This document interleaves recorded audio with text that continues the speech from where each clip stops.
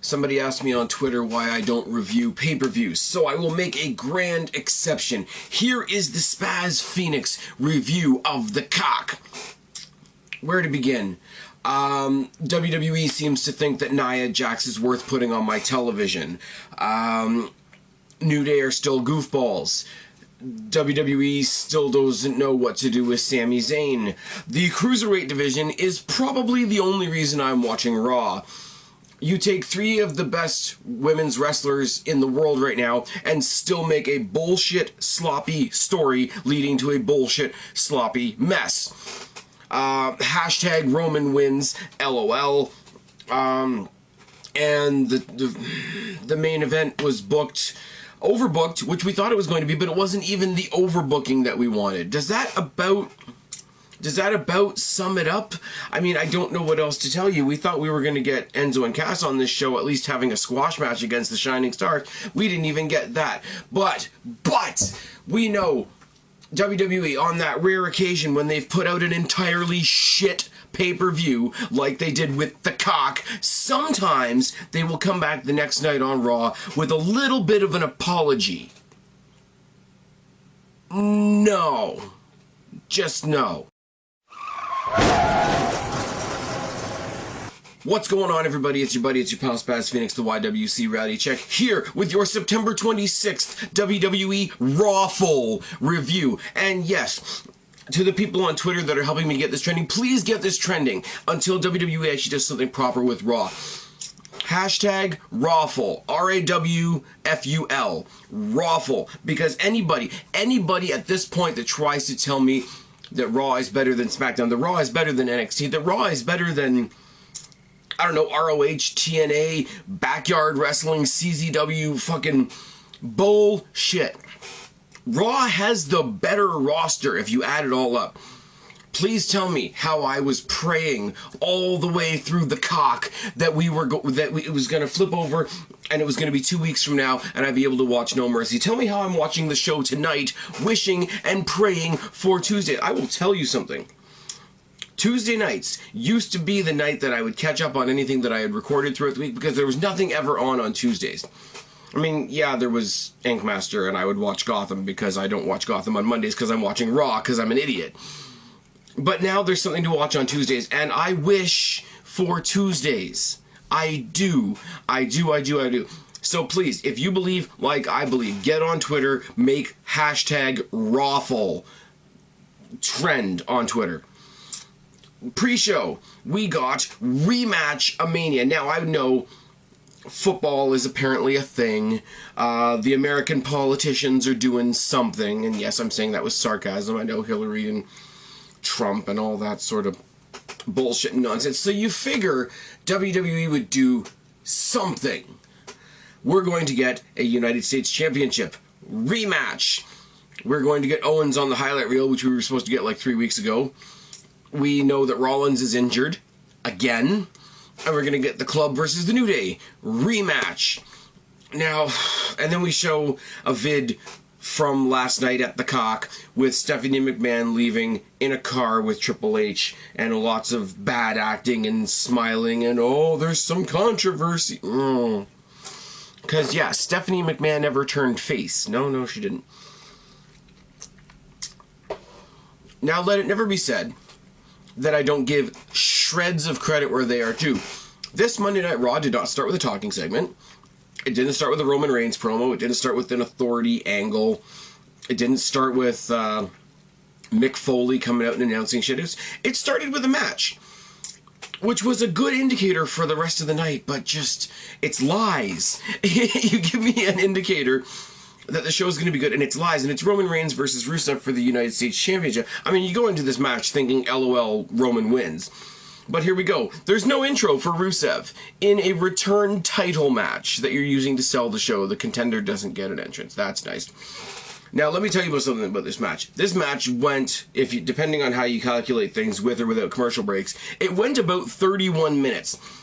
They gave Rusev and Roman Reigns a half hour on TV. And it was slow and it was boring as shit. And I've got notes. I do. I have notes. Here they are. Here's the match. Here's the match. I don't care. Let's skip to the end. Luna tries to distract, uppercut, drive by. They brawl on the outside. Rusev eats the steps. They wander into the crowd, and it's a count out, ladies and gentlemen. Half hour of my life that I'm never going to get back. See, here's the deal. Here's the deal. I love the fact that they started Raw with a match instead of an opening segment. I get that. But why would you potentially undo the only title change you had at the cock? Why? Why? Why? I mean, they didn't. Rusev retains on a countout, which is fine. They brawl after the match. They brawl around the ring, and there's a chair attack from Rusev. Rusev beats up the mat. They get back in the ring. Roman's on one side, Rusev's on the other side. Rusev's got a chair. He beats up the mat in the ring instead of, you know, swinging it at his opponent. Roman gets a spear. Roman grabs the chair. Everybody chants yes. We think we're getting a Roman, or some people in the crowd think we're getting a Roman heel turn. He unfolds the chair and plops it down. And everybody boos. And then he hits Rusev with a chair. So I'm going to do what you want me to do, just not while you're excited about it. Rusev looked good in this match, I guess. Powerhouse. Good powerhouse. Rusev is good. I had my thoughts. Sorry, I'm tired and I'm trying to stay awake for this video, guys. It is a struggle. Rusev looked good in this match. I will give him that much. Right now he's being fed to Roman Reigns. I will say what I said before this pay-per-view. If they give Roman Reigns the United States Championship, it will trap him in the mid-card, keep him away from the main event scene for a while. That is a silver lining, but it doesn't mean he's going to squash the whole mid-card. We get a lame-ass, long and drawn-out segment about WWE 2K17, which is lovely. Foley comes out, and I said it on Twitter. I said, good God, here comes Foley to address the best of 7,000 match. And I've never had anything retweeted more than that was during a Raw show before, which is kind of nice. Talks about the Sheamus Cesaro stoppage. I will say, okay, back this up again. Foley on Twitter saying that all the fans that don't like a non-finish at the pay-per-view can kiss his ass. No. You can kiss our ass. Every promo you cut tonight looked like you were crying. And if you want to see great videos responding to Mick Foley's comments on Twitter, I encourage all you guys, go to Wrestling Jesus' channel, go to General Jerry's channel. Both of them have great rants on the disrespectful comments from Mick Foley. He calls out both men. Both men bicker for a long time. Foley said, I promised the winner of this best of 7 a title opportunity. And I said this during the preview as a joke. As a joke, I said this. As a joke, a lot of other people said this. You know, neither one of you won, neither one of you lost. You both proved you were tough as hell. You're both getting a title shot that you can share. If you want it, you can have a tag team title shot.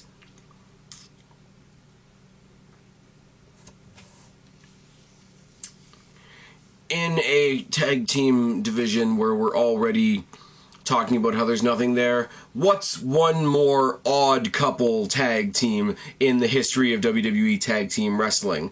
I mean, it won't be as bad as Team Hell No, but then again, what is? I mean, we're going down the, you know, Hurricane and Rosie, Rob Van Dam and Kane, all the way down. Why? Why? And why? And Mick Foley says you guys get to fight the winner of this match coming up. So, sorry guys. Don't know what that was. New Day versus the Club. So he puts a brand new spin on the match that's coming up next. New Day versus the Club is for the Tag Team Championships. What it means is now the New Day and the Club, which has been drawn on forever, are now fighting for the opportunity to face the newly formed tag team of Sheamus and Cesaro. Yay! It's... oh my god. Dropkick by Kofi and they brawl on the outside with Anderson. Unicorn Stampede and a boot by Gallows on the outside. Gallows clotheslines everybody on the outside. Running boot by Anderson. Body blows by Gallows. An uppercut and a chokeslam. I will give like I say, shreds of credit where it's due. Luke Gallows using the choke slam is not something I mind in a match at all. I mean, Kane doesn't wrestle that much anymore. Big Show doesn't wrestle that much anymore. And we see Undertaker once a year. It's about time somebody else picked up the choke slam and used it as a legitimate part of their arsenal. That much I like. That's cool. They did a good thing there. Side headlock by Anderson and a running powerbomb mudhole stomp by Gallows, boot by Kofi. 3 belly-to-belly suplexes by Big E, a clothesline and a draw, and a what? I can't read my own damn writing. Clothesline and a drop kick by Kofi. Big E eats the post shoulder first and head first. Big E spear through the ropes on Anderson. Now, with what happened with Sasha Banks a while ago with her suicide dive, with what happens to Cesaro last night, and on the pre-show while they were talking about Cesaro versus Sheamus, they talked about Lita's suicide dive from a long time ago. Why then are they still letting Big E do the spear through the ropes, which is basically a suicide dive with somebody on your shoulder? I don't really know. Midnight Hour by the New Day and toss out by Gallows. Trip by Gallows and Kofi eats steps. Neckbreaker, Magic Killer by the Club, but it's broken up. DDT by Kofi, Trouble in Paradise, and for the love of fuck, New Day are still your tag team champions. Now, what I will say is Kofi eats steps on the outside. I don't know when exactly this happened because I didn't see it until after the fact. Kofi got his face fucked up on those steps because they show up after the match. New Day is like halfway celebrating, halfway wrapping his head in a towel, in which case, why don't you just get him out of the ring and get him to the back to assistance, Roddy Rah. So now, what we have to look forward to in the future is the New Day, who are stale as fuck, going up against Cesaro and Sheamus.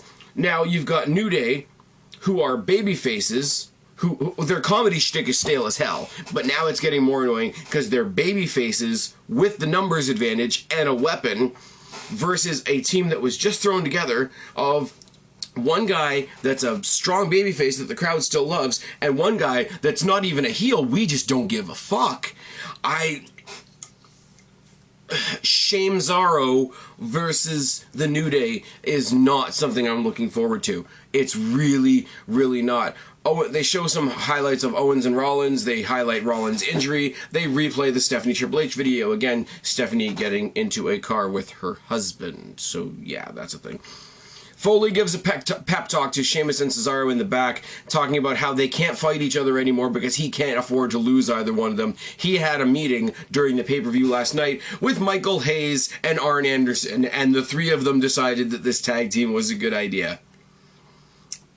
Why? Bayley had a squash match against some jobber and cut a very shitty John Cena promo after the match. Oh yes, Foley and Steph in the back. Foley confronts Stephanie about the big controversy of her getting in a car with her husband, and Steph basically cuts his nuts off, which is great. Saving grace time. The Cruiserweight division gave us a tag team match tonight. And I'm going to talk, as I told you guys, I'm not going to take detailed notes on the Cruiserweight matches. Cruiserweight matches are where I get to sit back and enjoy them a little bit. But I will say, Rich Swann and Cedric Alexander, a couple weeks ago on Raw, I said you should make these guys a tag team. I'm not saying WWE watches my videos, but if somebody else wants to say that, they perfectly can. Versus Drew Gulak making his debut tonight, and Lince Dorado making his debut tonight. Cedric and Swann are a great team, which I thought they would be. Obviously, back kick and a roll-up pin get the win for Swann and Cedric, who I'd like to see them go up against a team like the Lucha Dragons, maybe, somewhere down the line, if we're not going to get Kalisto versus TJ Perkins, which is what I want to see. I will say, they started it on Raw last week, they made it even better at Night of Champions, and they made it even better again tonight. The way they present the Cruiserweight division, I said it before, it's not part of Raw. It's kind of trapped in the 3 hours of the Raw show, but it's not Raw. They change up the ropes, they change up the ring canvas. The fact, every other WWE show, you see just the plain white canvas. When the Cruiserweights are fighting, you see the Cruiserweight branded canvas. You see them change up the ropes, which I get is a little tacky, but it still gives you it still gives you that different feel. The way the matches begin and end, they do the whole handshake at the beginning, referee instructions, patting them down for weapons and all that sort of thing. But the way the match ends, it gives it that more legitimate feel when they call both guys back to the center of the ring again. Referee has both guys' hands. He raises the winner's hand. They do the handshake yet again. Now, when they did that last night at the pay-per-view, do the handshake, show the respect, and then Brian Kendrick hits him with the headbutt. I like that too. But the way it's structured and the way it's still presented so much differently, and like they've always said, the focus is on the athleticism rather than the story, which is good. The focus is on the structure and the respect and the prestige of this brand new division. It's virtually everything that the rest of the show isn't, and I love that on every level. I really do. And it's good. And this guy's had a good match. Drew Gulak, he's got to do a little bit more to win me over, but Lince Dorado is good. Good call by WWE to not saturate the show and not have more than one luchador on the show at one time, because they should look unique as they are, and that is fucking great. Sheamus and Cesaro come out, they beat the hell out of each other. Foley's worried about them killing each other, but they're okay to come out and have a match as a tag team. They took on some jobbers in a squash match, which brought about the crowd once again chanting "Let's go jobbers" at Sheamzaro. They did some good storytelling things. I guess if this is the way they're gonna, if this is the way they're gonna go, they did it the right way. They are beating the living hell out of their opponents. They're doing the whole anything you can do, I can do better, which you guys know I usually like. But that's not a dynamic that should be existing within a cohesive unit tag team, which these guys aren't. I mean, I get that these guys are the bruisers of Raw. They really are. And I will give them credit for that. And they put it all out there on Sunday. I'll give them that as well. Doesn't mean I care, because I have no reason to care. It's fucking Sheamus, for God's sake. But I will give them credit where it's due. They did over and above my expectations of what the match was, but at the same time I was on Twitter most of the time because that's how much I cared. They squashed some jobbers. Moving on. TJ Perkins video package from him winning the Cruiserweight Classic and from last night at the Clash of Champions. They have an interview with him in the back where he's confronted with Kendrick, basically saying, I blazed the trail for Cruiserweights back in the day. You owe me another title shot. You owe me the fact that you have that title right now, which was very interesting. Very, very interesting. They let Brian Kendrick carry most of the promo. A lot of people have said TJ Perkins, not the greatest on the mic. I'll give you that. I like watching the guy in the ring. He's got a lot of charisma in the ring. On the mic, he's not that great. So letting Brian Kendrick carry most of the promo, great idea. I mean, do I think he's going to win the title? No. I really don't. I really, really, really don't. Charlotte came out, and for some God only knows reason, somebody gave her a microphone, and she sits out there, and she squawks for a while. Sasha comes out, short, sweet, to the point. You never pinned me last night, and hell, I've never had my one-on-one rematch. Calls out Charlotte, calls her bluff a lot until Charlotte has to agree to a match next week. Bitch slap to Charlotte, bank statement to Dana, and we call it a day. Could have done without hearing Charlotte's voice, but Sasha's getting another title shot next week. That could be good. They're playing up next week's Raw to be really big because it's in LA at the Staples Center, and Staples Center used to be the big host of SummerSlam, but now Barclays is a thing, but Staples Center is still a big deal. I don't know. So they're playing up next week's Raw. They're giving more build to next week's Raw than they did to Night of Champions. Let that one roll around in your head for a second. Foley sees Seth Rollins in the back and tries to stop him from going to the ring, and Rollins tells him off. And Mick Foley looks like he's going to cry some more, which is fantastic. TJ Perkins makes his Raw debut against Tony Nese, which is fine, which is all good. Tony Nese is great.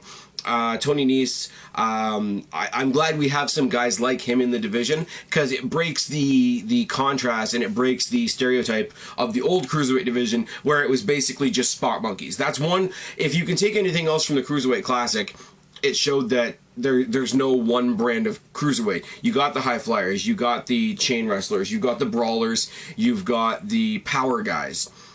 And they can all, and he looked pretty big for a cruiserweight. They kept on comparing him to Neville. I don't really think that's a comparison that I would have made because he's not in the division. But it told a great, simple wrestling story. Power versus speed. It really got the new champion over. Obviously, he was going to win. He wins with the knee bar. He's not going to be losing a non-title match in his debut on Raw. I will say, Great to see TJ Perkins on Raw. I love, okay, campy as hell, cheesy as hell, but I love the video game gimmick entrance that he has. Because he did in an interview say that he's a big gamer, rah. I'm surprised that they didn't give an entrance like this to Xavier Woods, especially when he started doing the up, down, down gimmick videos that he does. But I do like it. It's not really cool and kick-ass, but it is neat. It brings some energy, and it's something so different from most of the other entrances we have, which is something that the Cruiserweight desperately needs to maintain. I gotta give a lot of credit to the ring crew, too, because they switched out the ring and the entire ring style for the Cruiserweight division twice in one night, and if that's going to become commonplace, then those guys are surely going to get their exercise. Now, during this match, it was announced that Brian Kendrick was going to get his rematch for the Cruiserweight Championship next week at that Raw show in LA, which is fine. We'll talk next about what else we're going to see in LA that's lame as fuck.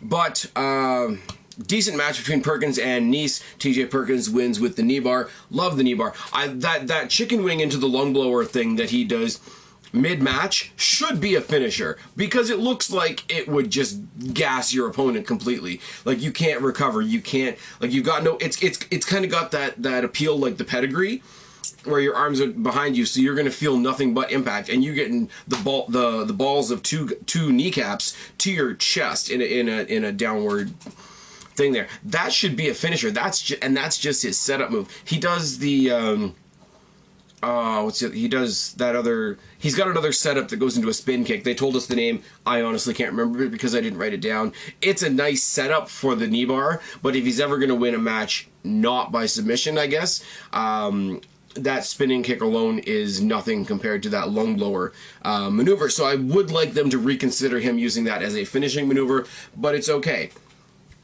You know what we didn't see tonight? We didn't see a Bo Dallas squash match. We did not see a Nia Jax at all, which is fucking great.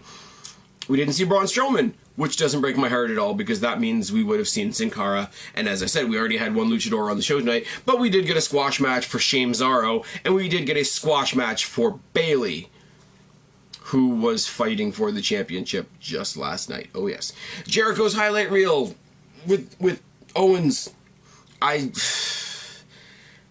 I hope you guys logically and adequately understand how much of a struggle it is for me to even care. I really do. Because these are all people that... This is the other thing that bothers me about this show, and I know I'm kind of all over the place tonight, and I'm sorry about that. This show, this brand, has people I like. It has Seth Rollins. It has Finn Balor when he gets back. It has Kevin Owens. It has Jericho. It has the Cruiserweights, which, like I say, are the only highlight right now. It does have great women's wrestlers, and tag teams just live on SmackDown.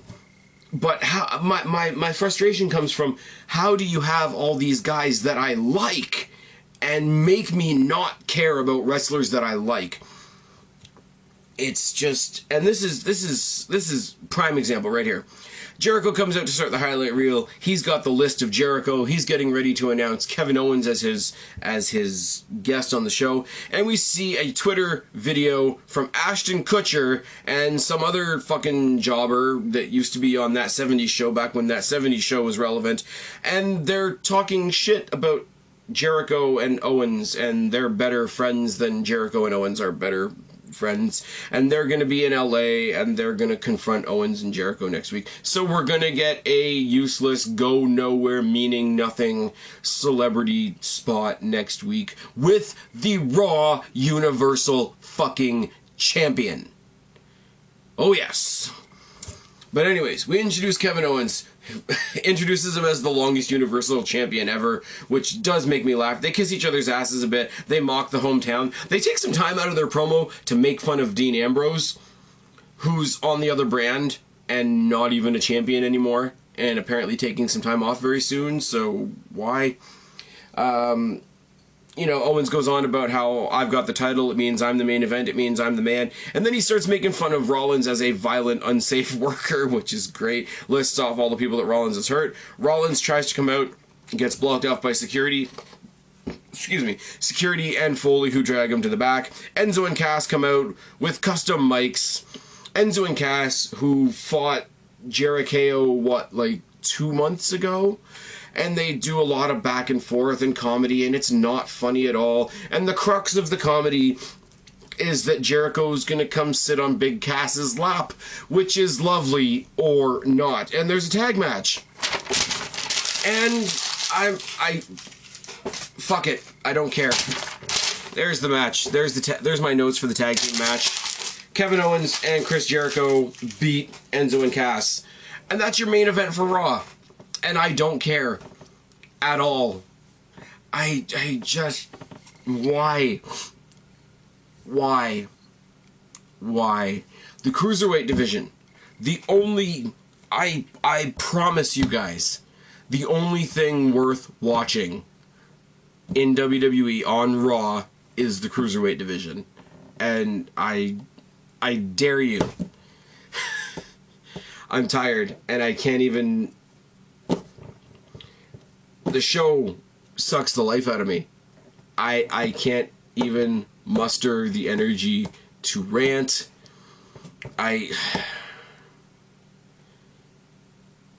Fuck it. Somebody down in the box below tell me why I should bother watching Raw. And if you love Raw, good for you. You've clearly got better meds than the rest of us. But you're you. I'm Spaz, your YWC Reality Check. Subscribe up there. Talk down there. Start a conversation. Keep all these conversations going. Don't be a stranger. I'll talk to each and every last one of you later. And I'm watching SmackDown tomorrow because that's my reward for the past 2 days and 6 hours of bullshit. Tagging out. Bye. Raw sucks. So shine, you're a freak like me.